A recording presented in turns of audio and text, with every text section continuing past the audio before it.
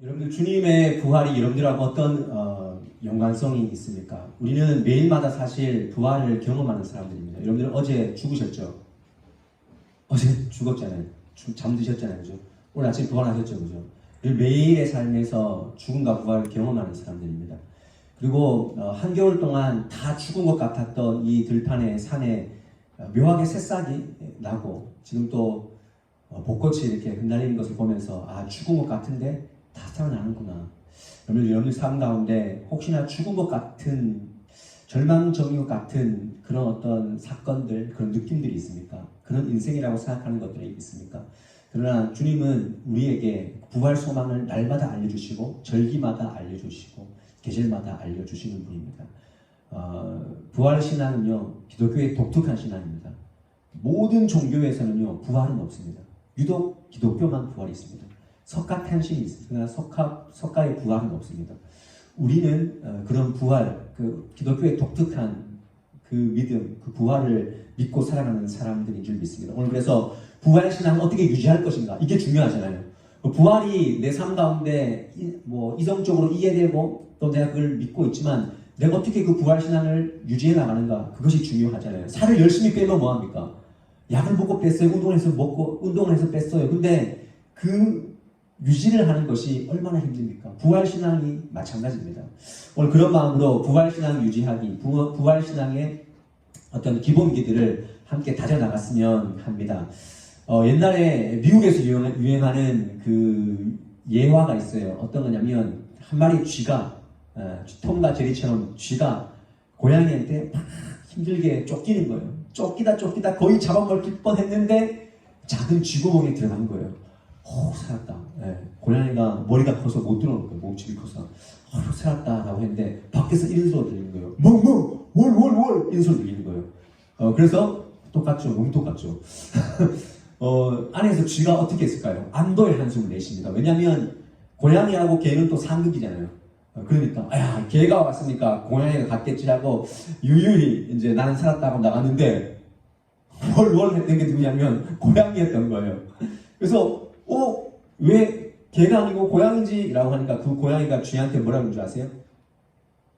요즘에는 2개국 정도는 해줘야 좀 이렇게 잘 살 수 있다고. 내가 2개국 한 거라고.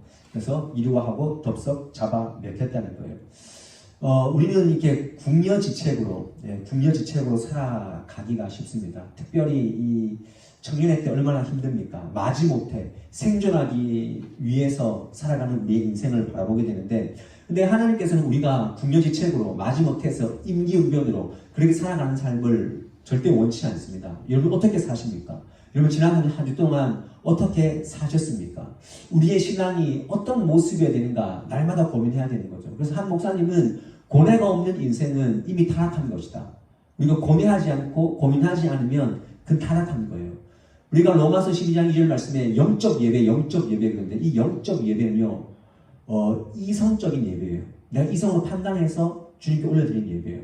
그러니까 우리가 맹목적으로 드리는 예배가 아니라 내 이성이 하나님 말씀보다 더 높이 있는 그런 예배가 아니라 정말 하나님 앞에서 성령의 체험과 또 내 이성의 어떤 받아들임을 통해서 그렇게 드리는 것이 영적 예배라는 거예요. 오늘 우리가 부활절 맞이했습니다. 매년 돌아오는 부활절이지만 기독교의 핵심, 부활, 이 신앙이 여러분들의 신앙이 되기를 원합니다. 오늘 이 출애굽기 15장 말씀을 통해서 이 안에 어떤 부활의 소망이 있고 부활 신앙의 기본기가 있는가 좀 다잡아 보기를 원하는데요.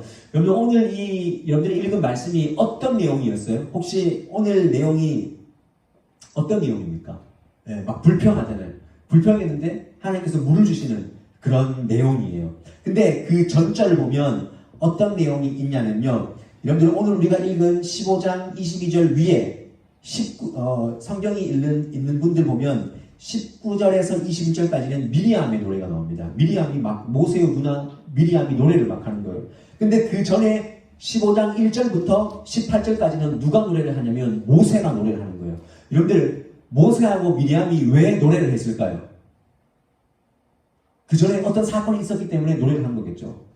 여러분들 14장에서 어떤 일이 있었을까요? 대략 추측해 보세요. 출애굽기니까 홍해를 건넜어요. 홍해를 건넜어요. 홍해를 건너서 너무 좋아서 하나님의 역사를 보고 미리암이 노래하고 모세가 노래를 하는 거예요. 제가 늘 얘기했잖아요. 이거 잊어버리면 안 되죠. 홍해는 어떻게 건너는 거라고요?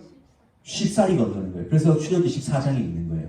기억하세요. 홍해는 쉽사리. 주님을 신뢰하면 쉽사리 건널 수 있는 것이 홍해구나. 여러분, 홍해 같은 그런 큰 사건이 있다 할지라도, 어떤 문제가 있다 할지라도 주님 신뢰하면 쉽사리 건널 수 있습니다. 그래서 그 주님의 능력을 바라보고 모세와 미리암과 노래를 한 거예요.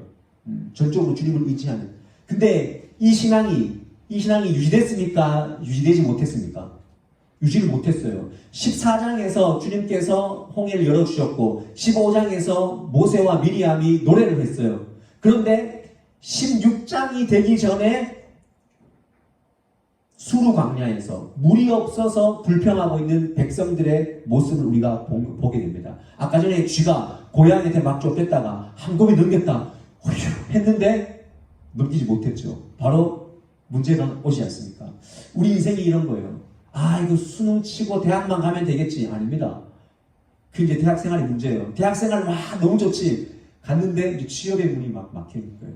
취업 막 하다 보면 뭐 좋은 것 같죠? 관계의 문제는 힘듭니다. 또 살다 보면 집도 사야 되죠. 먹을거리, 또 결혼 문제도 있고 여러 가지 문제가 한 곱이 한 곱이마다 인생이 오는 거예요. 그렇기 때문에 이 백성들의 이 안일함이 우리의 안일함이고 우리의 삶의 모습이고, 그렇기 때문에 하나님의 그 선하시게 인도하시는 그 어떤 하나님 향한 전적 신뢰, 그것을 유지하는 것이 어렵다는 거예요. 여러분들, 오늘 이 출애굽 백성들을 인도하시는 분 누굽니까? 하나님이세요. 홍해로 인도하신 분도 하나님이세요. 하나님께서는 백성들을요 일부러 홍해길로 돌렸다 그랬어요. 돌려서 인도했다. 분명히 13장 18절 말씀에 하나님이 홍해의 광야길로 돌려서 백성들을 인도했다. 그냥 갈 수 있는 길이 있지만 돌려서 인도하셨다. 누가 인도한 겁니까? 하나님이 인도하신 거예요. 그러면 여러분들이 지금 처한 상황도 누가 인도하신 겁니까? 하나님이 인도하셨다는 그 믿음이 있어야 한다는 것입니다. 그 믿음을 우리가 간직해야 되는 거죠. 그러나 사흘 만에 물이 없어서 투덜거리고 있는, 불평하고 있는 이 이스라엘 백성들, 이 모습을 보면서 부활신앙을 유지하는 것이, 믿음의 삶을 유지하는 것이 얼마나 힘든가. 그래서 오늘 이 말씀 아래에서 부활의 기본기는 어떻게 다질 수 있는가, 어떻게 그 원리들을 붙잡을 수 있는가, 제가 세 가지를 함께 나누기 원하는데요. 첫 번째는 부활의 신앙.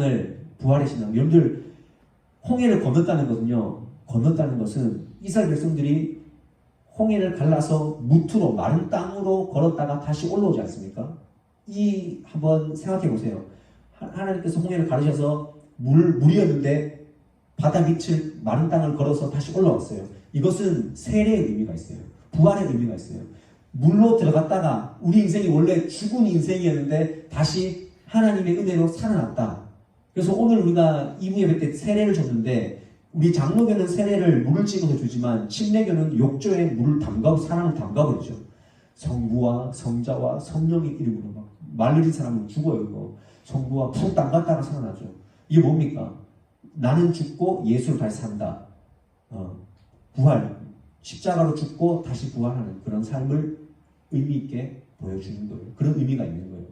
오늘도 마찬가지입니다. 이 홍해 사건을 지나가면서 예수님은, 하나님은 우리에게 부활신앙이 뭔지를 알려주시는 거예요.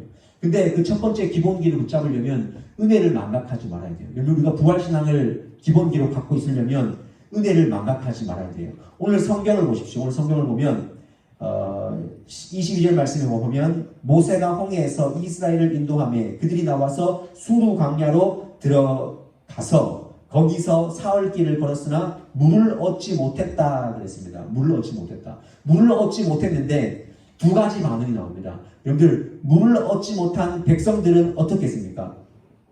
어떻게 했냐면 24절 말씀에 백성이 모세에게 어떻게 했다고요? 원망하여 이르되, 그렇게 얘기를 합니다. 이스라엘 백성들이 원망한 거예요. 모세는 기도했지만 이스라엘 백성들이 원망을 한 거예요.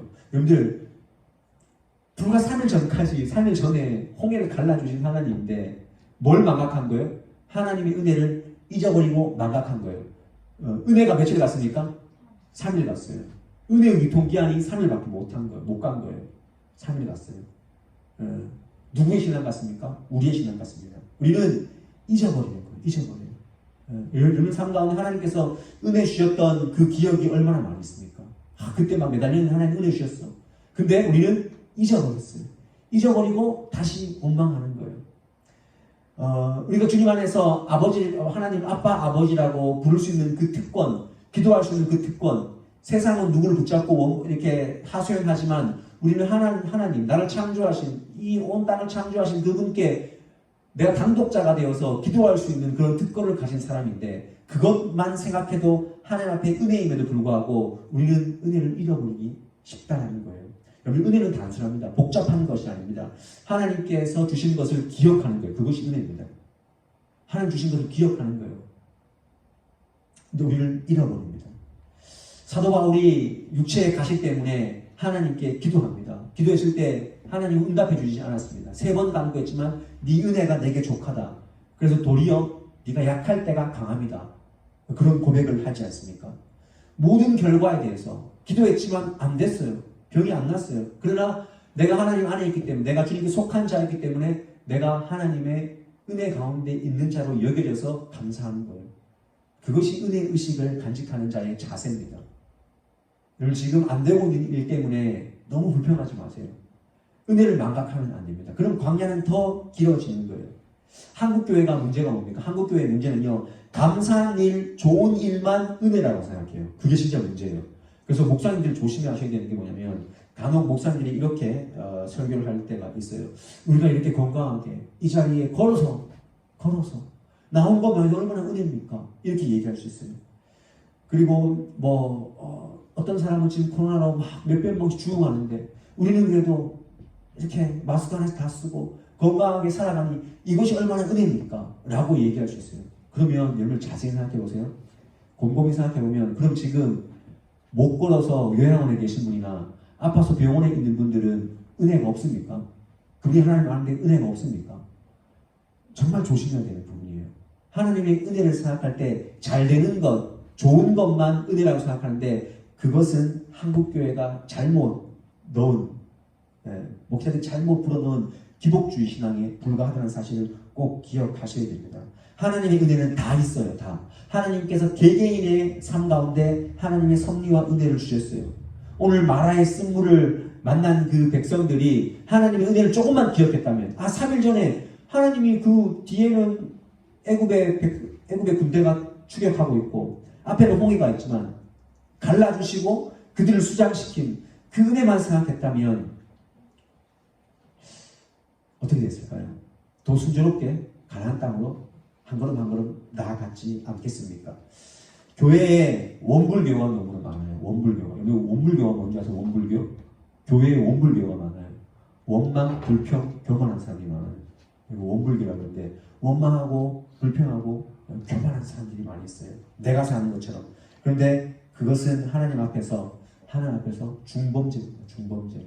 하나님 은혜를 망각하기 쉬운 그런 도구가 될 수 있다는 거예요. 오늘 다시 한번 내 형편과 내 처지와 상관없이 하나님의 은혜는 누구에게나 주어져 있다라는 이 하나님 성경 말씀을 다시 한번 굳게 붙잡을 수 있기를 바랍니다. 여러분들의 아버지가 아빠 아버지, 그 하나님 아버지라면 우리를 절대로 버리지 않습니다. 우리를 절대로 실패 가운데 내버려두지 않는 그 하나님을 다시 한번 꼭 기억하십시오. 이것이 은혜를 망각하지 않는 것이 그것이 바로 부활신앙의 기본기입니다. 기본기. 아침에 일어나면 감사를 고백하십시오. 하나님 오늘 나에게 생명 주셔서 감사합니다. 생명 주셔서 감사합니다. 거기서부터 부활신앙은 시작하는 것입니다. 두 번째로 부활신앙을 유지하기 위해서는요, 십자가 기도가 있어야 합니다. 십자가 기도. 어떤 기도요? 십자가를 붙잡는 기도가 있어야 돼요. 여러분들 수르 광야에서 그 마라에서 쓴물을 만나서 백성들은 원망했다고 그랬습니다. 그런데 모세는 어떻게 했습니까? 25절 말씀을 보면 모세가 여호와께 어떻게 했다고요? 부르짖었다라고 말합니다. 이 부르짖었다, 이것은 하나님께 기도했다라는 것입니다. 두 가지 반응이죠. 한 무리는 똑같은 문제 앞에서 원망했고 한 사람은 똑같은 문제 앞에서 기도한 것입니다. 기도했을 때 어떤 하나님의 솔루션이 있었습니까? 하나님께서 이렇게 말씀하십니다. 25절 말씀 함께 읽습니다. 시작. 모세가 여호와께 부르짖었더니 여호와께서 그에게 한 나무를 가리키시니 그가 물에 던지니 물이 달게 되었더라. 거기서 여호와께서 그들을 위하여 법도와 율례를 정하시고 그들을 시험하실세 그랬어요. 하나님께서 모세에게 뭐를 보여주게 하셨냐면은 한 나무를 보여주셨어요. 쓴물이 있었는데 주변에 보니까 한 나무가 있다. 옆에 봐라 나무가 있다. 라고 가르쳐 주신 거예요. 그래서 그 물을 던졌어요. 그 나뭇가지를 던지니까 물이 달게 되었다. 라고 이야기를 합니다. 그럼 잘 생각해 보세요. 주님께서는 하늘에서 야 이거 나무 짝대기 자 이거 거기 넣어 이렇게 말하지 않았어요. 이렇게 말하지 않고 야 옆에 나뭇가지 보이지? 그 나뭇가지 꺾어서 거기 물에 넣어봐. 그래서 달게 되었더라. 이렇게 말씀하셨어요. 성경학자들은 이것을 십자가라고 말합니다. 십자가다라고 이렇게 해석을 합니다. 나무 자체에 단성분이 있니 뭐 이런 뭐 성분의 효능이 아니라 십자가가 그 쓴물 가운데 던져졌을 때 그렇게 기도했을 때 그 쓴물이 달게 됐다. 베드로전서 2장 24절 말씀 보면 이런 말씀이 있어요. 친히 나무에 달려 그 몸으로 우리 죄를 담당하셨으니 저가 채찍에 맞음으로 너희는 나음을 얻었도다. 십자가가 그 쓴물 가운데 들어가니까 변화되지 않습니까? 잘 생각해 보세요. 그 십자가는 그 나무는요 다른 곳에 있었던 것이 아닙니다. 바로 옆에 있었어요. 가까이 있었어요. 여러분 우리가 기도할 때 가장 우리 가까이 있는 무엇을 붙잡아야 됩니까? 십자가를 붙잡아야 돼요. 십자가를 붙잡고 기도할 수 있어야 돼요. 가장 가까이 십자가가 있어요. 사람 붙잡고 가까이 있는 누구 친구 붙잡고 호소하는 것이 아니라 하나님의 그 십자가를 붙잡고 그 쓴물 가운데 눈물로 기도했을 때 하나님의 역사가 일어나는 것입니다. 진짜 부활신앙은 십자가에서 해방된 신앙이 아닙니다. 우리는 십자가에서 해방됐다는데 아닙니다. 우리는 십자가를 붙잡고 사는 인생이 되어야 됩니다. 그래서 예수님께서는 수고하고 무거운 짐진 아니라 다 내게로 오라고 그랬어요. 내게로 오라고 말했어요. 그리고 나의 멍에를 메라고 했어요. 나의 멍에를. 주님의 그 가벼운 멍에를 메라고 했어요. 우리의 무거운 것을 누구의 것으로 바꿉니까? 주님의 것으로 바꿔서 가볍게 가는 거예요. 이건 내 문제 같지만 이거 더 이상 내 문제 아니야. 십자가를 가지고 기도했을 때 그것이 크게 보이는 것이 아니라 작게 보이는 거예요. 골리앗이 얼마나 큽니까? 골리앗이 큰데 다윗이 돌매를 던져서 맞출 때 어떤 생각이 있을까요? 와 진짜 크다. 진짜 크다. 예, 만약에 세상적인 눈으로 봤을 때는 관점을 볼 때는 진짜 크다. 야 이거 나 맞으면 한 대 그냥 빗나가도 이거 스쳐도 사망이다 라고 생각하기 쉽지만 믿음의 관점으로 보면 야 이거는 던지면 무조건 맞게 돼 있다. 너무 커서 던지면 맞게 돼 있다. 이런 관점으로 바뀌어지는 거예요. 여러분 어떻습니까? 바닥치고 있습니까? 바닥치고 있으면 올라갈 일만 남은 거예요. 바닥치고 있으면 올라갈 일만 남은 거예요. 재해석하는 거예요. 십자가를 붙잡으면 내 가장 가까이 있는 십자가를 붙잡고 쓴물 가운데 들어가면 주님의 관점으로 그 문제가 보여진다는 것입니다. 성자인 가난한 자들의 그 성자라고 불리는 성 프란시스코는요. 한 여인의 물동이를 지고 가는 모습을 보고 은혜를 받았대요. 물동이 우물가에서 물을 퍼서 이렇게 물동이를 이렇게 얹어서 가는데 그 아주머니가 출렁이는 그 물동이, 여러분들 물동이를 지고 가면은 물이 출렁출렁 하잖아요. 그리고 자기 몸을 젖잖아요. 근데 그 가운데 나무를 꺾어서 그 물동이 위에다가 던지는 모습을 보았습니다. 왜 그렇게 하세요? 물어봤대요.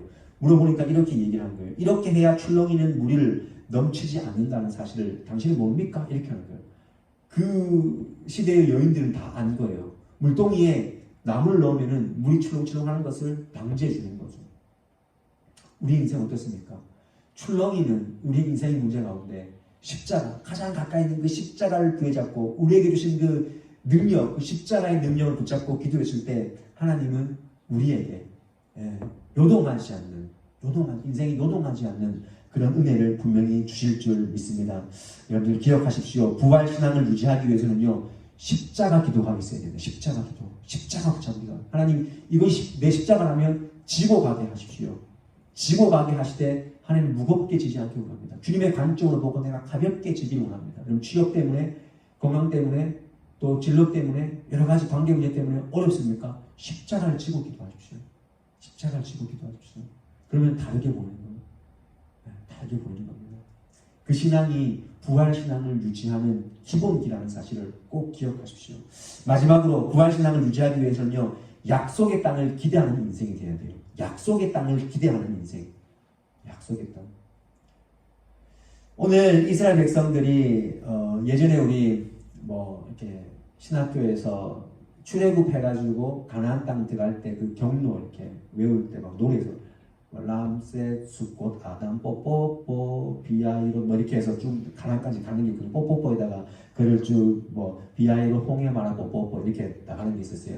근데 여러분들 이 이스라엘 백성들이 출애굽해서 들어갈 때 최종 목적지가 어디입니까? 최종 목적지가 어디에? 몰라요? 가나안 땅이에요. 가나안 땅.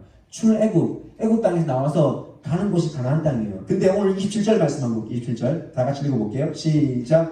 그들이 엘림에 이르니 거기에 물샘 12가 종려나무 70그루가 있는지라. 거기서 그들이 그 물 곁에 장막을 치니라.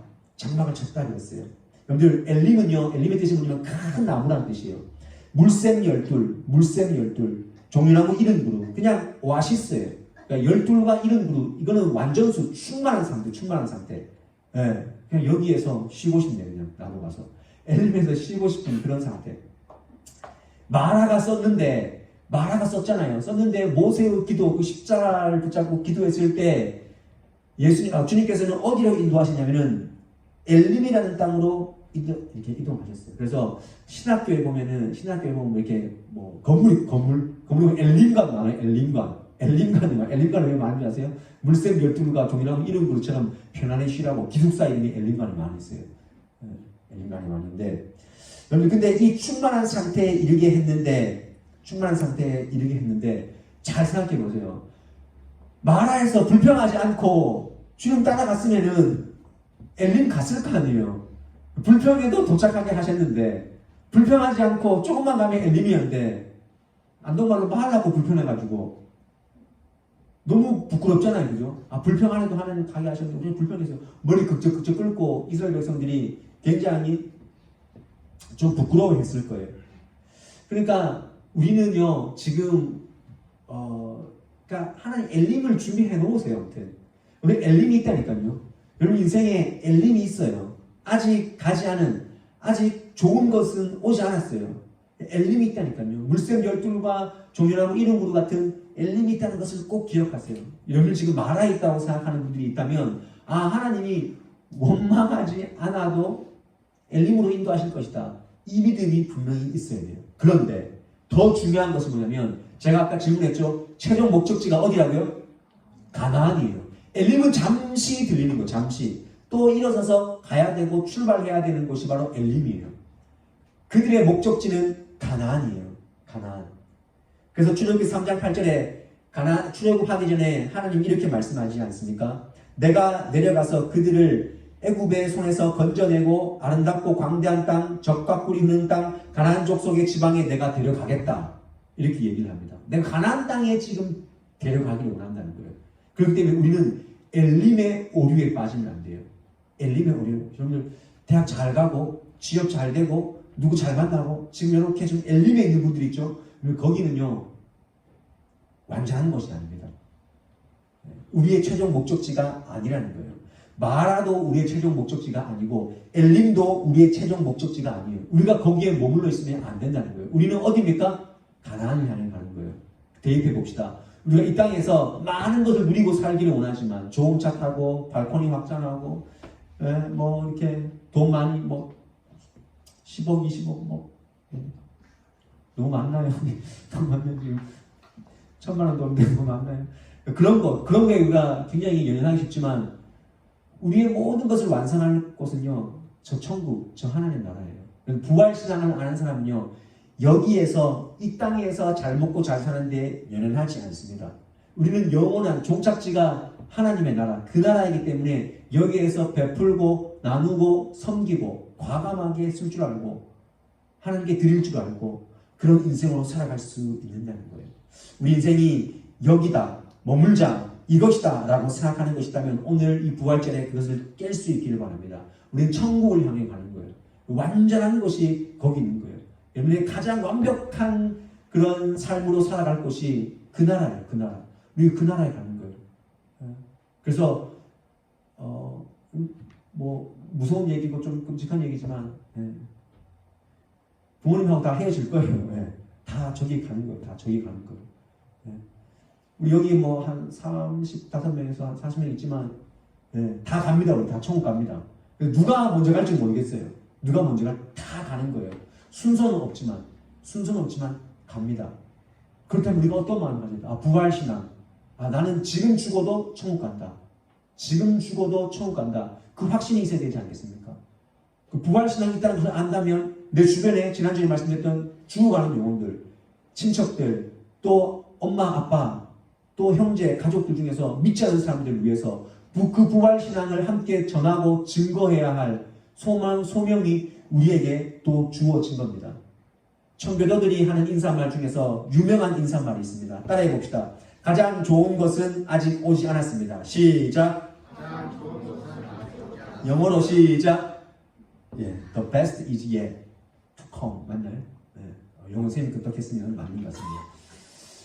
아주 좋은 것은 오지 않았어요. 여러분 인생 가운데 아직 엘림에도 도착하지 않은 분이 있어요. 그러나 엘림에 도착했다고 안주하지 마십시오. 엘림에 딱 도착했을 때 뭔가 된 것 같아. 그랬을 때 뭘 생각해야 됩니까?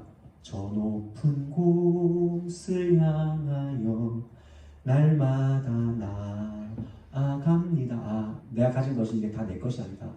주님 주신 것이다. 주님 주신 것이다. 부활절 헌금하셨어요? 제가 분기마다 헌금 얘기하는데 오늘 할 때가 돼서 부활절 헌금하세요. 11조 하세요. 11조 하셔야 돼요. 여러분들 하나님이 우리에게 건강 주시지 않으면 그 직장이 어떻게 나가겠어요? 제가 아는 간호사는요, 간호일 잘 하다가 육신의 질병이 와서 일을 하고 싶어도 일을 못하는 간호사가 있어요. 지금 많이 회복됐는데. 그리고 물질을 드린다는 거 그냥 보통 목사들 11조 강조한다 이렇게 얘기하지만 아닙니다. 정말 중요한 거예요. 물질의 노예가 되지 않기 위해서 여러분 11조를 정말 온전한 11조를 여러분들 드릴 수 있는 내 10분의 1을 내가 200만 원 벌어서 20만 원 드릴 수 있는 모든 것이 하나님 것인데 내가 10의 1조를 드린다는 건요 내 인생의 고백이에요. 이거 200이 다 하나님 겁니다 라고 인정하면서 드리는 거예요. 근데 우리는 20을 떼면 어떤 생각입니까? 이거 20이면 이거 내가 한 달 동안 이런 마음 들죠. 계산하죠. 하나님 만약에 여러분 인생을 계산하면 여기 살 사람 누구 있습니까? 없잖아요. 청년회 때 200만 원 벌 때 20만 원 못하면요. 나중에 2천만 원 벌 때 200만 원요. 절대 못 듭니다. 2억 벌면 2천만 원 뛸 것 같죠? 절대 못 뛴다니까요. 그 두려움을 넘어서야 돼요.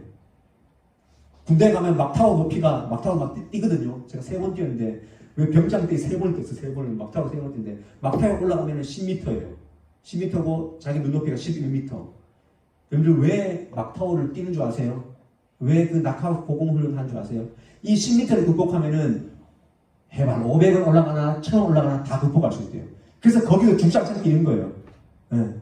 중장창 뛰는 거예요. 똑같은 거예요. 11조를 극복하면 물질을 다 극복할 수 있어요. 도전하십시오. 목사님 저 11조 뛰면 죽어요. 도전 안 해보셨잖아요. 제가 오늘 마지막이니까 저희들에게 또 마지막으로 한번 또 설교를 해야 되니까 물질의 노예가 되지 마십시오. 이거는 정말 중요한 거예요. 그리고 관계 마지막에 제가 관계하는 거 결혼하는 거 보면 다 거기에 신앙이 다 드러나더라고요. 여러분 절대로 믿음을 놓치지 마십시오. 믿음 놓치면 안 됩니다. 타협하지 마십시오. 그걸 내가 짊어지고 가겠다라고 결단할 수 있으면 가십시오. 그러나 하나님의 원칙은 그렇지 않다는 거 꼭 기억하십시오. 우리 하나님의 성경의 원리 안에서 살아가야 될 사람입니다. 오늘 다시 한번 부활신앙을 생각을 하면서 모든 것이 주님께로부터 왔다. 주님께로부터 왔다. 우리가 이 땅에서 살아가는 것 이것이 끝이 아니라 약속을 땅에 향해서 나아가고 있다는 것. 엘림에 머물지 말고 가나안을 꼭 기억하시면서 나아가시고 십자가 기도를 꼭 하셨으면 좋겠어요. 그리고 은혜를 망각하지 않는 여러분의 인생이 되셨으면 좋겠어요. 이런 것들이 부활 신앙을 유지할 수 있는 기본기가 될 줄 믿습니다. 우리 천국에서 봅시다. 천국에서 또 봅시다. 네. 우리 그런 마음으로 우리 영가족이라는 그런 생각과 또 믿음 안에 있다는 그런 마음으로 함께 주님 안에서 끝까지 믿음을 달려갈 수 있는 저와 여러분의 삶이 될 수 있기를 주님의 이름으로 간절히 축복합니다. 우리 함께 시간 먼저 제가 기도하고 찬양 하나 하고 합심으로 기도했으면 합니다. 사랑의 하나님 감사합니다. 우리에게 부활의 감격을 주셔서 감사합니다. 그러나 우리의 삶의 쓴물 앞에서 부활 신앙은 온데간데없고 하나님 나약한 모습임을 또한 바라봅니다. 이스라엘 백성들이 홍해 앞에서 마른 길을 인도되었지만 그 은혜를 잊고 불평하며 원망하는 모습을 우리가 봅니다. 오늘 말씀을 통해 부활신앙은 지난날의 은혜를 기억하는 것임을 다시 한번 깨닫고 주님 나에게 주신 그 족한 은혜에 감사하며 살게 하옵소서. 모세에게 가장 가까이 있었던 십자가를 보여주신 것처럼 우리 앞에 놓여진 그 문제 앞에서 십자가 보여잡고 기도할 줄 아는 기도의 일꾼들 되게 하옵소서. 더 나아가서 우리의 본향을 바라보며 이 땅에서 영원히 살 것처럼 아등바등하는 삶이 아니라 어렵지만 믿음의 행진을 하게 하시는 하나님을 바라보며 인내하며 그 나라에 그 가나안에 입성하게 하옵소서. 우리의 부활 신앙이 영원히 우리 삶의 버팀목이 되게 하여 주실 줄 믿습니다. 그 신앙으로 한 날 한 날을 한 주 한 주를 1년 1년을 아니 평생을 승리하게 하옵소서. 예수님의 이름으로 기도드리옵나이다. 아멘.